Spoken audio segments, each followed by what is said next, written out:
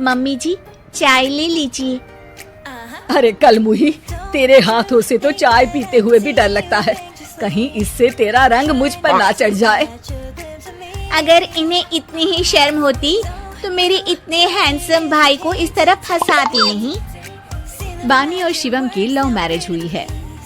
बानी के ससुराल में उसकी ननद और सास हैं, जिन्हें अपने गोरे रंग पर बहुत गुरूर होता है, जिस वजह से वो बानी को सिर्फ उसके सांवले रंग की वजह से नापसंद करती है और हमेशा उसे ताने सुनाती रहती है। बानी उनकी सभी जली कटी बातें सुनकर चुपचाप वहाँ से चली जाती है।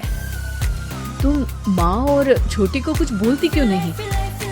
मम्मी जी बड़ी हैं, हर छुटकी ना समझ, इस तरह उन्हें उल्टा जवाब देना सही नहीं। मेरी जिम्मेदारी उनकी सेवा करना है, जो मैं पूरे दिल से हमेशा करती रहूंगी। ऐसा बोलकर बानी रसोई में जाकर रात के खाने की तैयारी करने लगती है।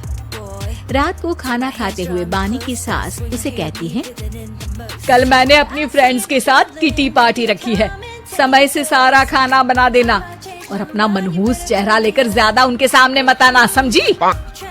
माँ, बानी आप दोनों की कितनी परवाह करती है, फिर भी आप उससे इतना बुरा व्यवहार क्यों करती हैं? अरे एक तो लव मैरिज करके इस कलमुही को हमारे सर पर लाकर बिठा दिया और अब हम इसे कुछ बोल भी नहीं सकते क्या? भैया तो इनकी तरफदारी करेंगे ही, आखिर इन्होंने पूरी तरह उन्हें अपने वश में जो किया है। जिसे जो करना है करे, बस कल मेरा सारा काम समय पर हो जाना चाहिए। इस पर सब खाना खाकर सोने चले जाते हैं और अगले दिन बानी जल्दी उठकर सास की किटी पार्टी के लिए तैयारियां शुरू कर देती है। जिस पर पार्टी शुरू होने के बाद सास की सहेलियां कहती हैं, अरे वाह री, तेरी बहू ने तो बड़े स्वादिष्ट समोसे बनाए हैं। हाँ भाई, रंग कैसा भी हो, खाना बनाने में बिल्कुल अन्नपूर्णा है। अरे इसकी भी क्या बात करनी, मेरी बेटी से मिलो, इसकी सुंदरता के आगे तो उर्वशी रंभा भी फेल है। उर्वशी रंभा को तो फेल कर देगी, पर क्या अन्नपूर्णा बन पाएगी? अरे इसे काम करने की क्या जरूरत, उसके लिए बानी है तो, और मैं तो इसकी शादी भी किसी नौकर चाकर वाले घर में ही करूंगी।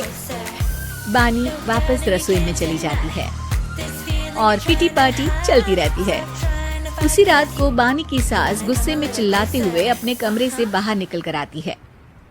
हाय रे, चोरी हो गई मेरे पैसे, पक्का पक्का इस कलमुही की वजह से हुआ है ये सब। अरे क्या हुआ माँ, कौन सा आसमान टूट गया? अरे आसमान तो उसी दिन टूट गया था जब तू इस कलमुही से शादी करके इसे घर में ले आया था। खुद तो आई ही, अपने साथ साथ मनहूसियत का काला साया भी मेरे घर ले आई। अरे हुआ क्या माँ? अरे मेरी तिजोरी में रखे पैसे कहीं गायब हो गए, सुबह ही देखा, अरे यहीं रखे थे। क्या आप मुझ पर चोरी का इल्जाम लगा रही हैं? अरे काली बिल्ली पर भी क्या कोई मनहूसियत का इल्जाम लगाता है? ऐसा बोलकर बानी की सास वहाँ से चली जाती है। जिसके बाद शिवम और बानी बात करने लगते हैं। देखो, मम्मी की बात का बुरा मत मानना, वो बस परेशान है ना, इसलिए कुछ भी बोल गई। वो परेशान नहीं, मुझसे नफरत की वजह से ऐसा बोलकर गई हैं। उन्हें मैं हमेशा एक आंख नहीं सुहाती। देखो बानी, अगर तुम चाहो तो हम दूसरा घर लेकर वहाँ शिफ्ट कर सकते हैं। आखिर तुमसे प्यार करके तुम्हें अपनी जिम्मेदारी पर इस घर में लेकर आया हूँ, इस तरह टॉर्चर नहीं होने दे सकता। अगर आप साथ हैं तो मुझे किसी चीज की टेंशन नहीं, और आखिर वो हमारी बुजुर्ग हैं, हम उन्हें और छुटकी को इस तरह अकेले छोड़कर कैसे जा सकते हैं? इसके बाद बानी भी अपने कमरे में चली जाती है और अब हर रोज उसकी सास की तिजोरी से पैसे गायब होने लगते हैं। इसी तरह कुछ समय बीत जाता है और वो हर बार हर चीज का इल्जाम बानी पर लगाती है, पर बानी कभी कुछ भी नहीं बोलती। कलमुही नास पीटी, बहू को घर की लक्ष्मी बोलते हैं, ये तो पनौती बनकर आई है, पनौती। एक रात बानी की सास को आधी रात में प्यास लगती है, तो वो पानी पीने रसोई की तरफ जाती है।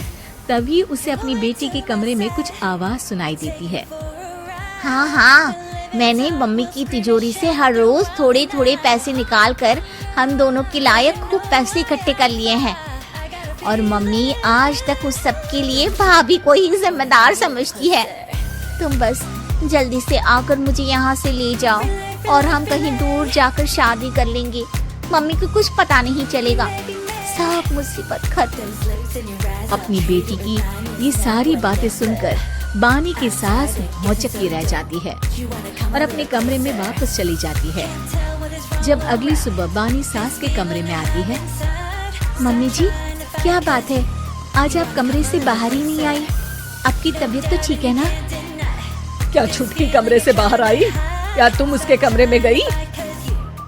नहीं नहीं, क्यों, जाना है क्या? मैं अभी चली जाती हूँ। नहीं, कोई कहीं नहीं जाएगा। इस पर वो बानी को साथ लेकर कमरे से बाहर आती है, जहाँ शिवम भी होता है।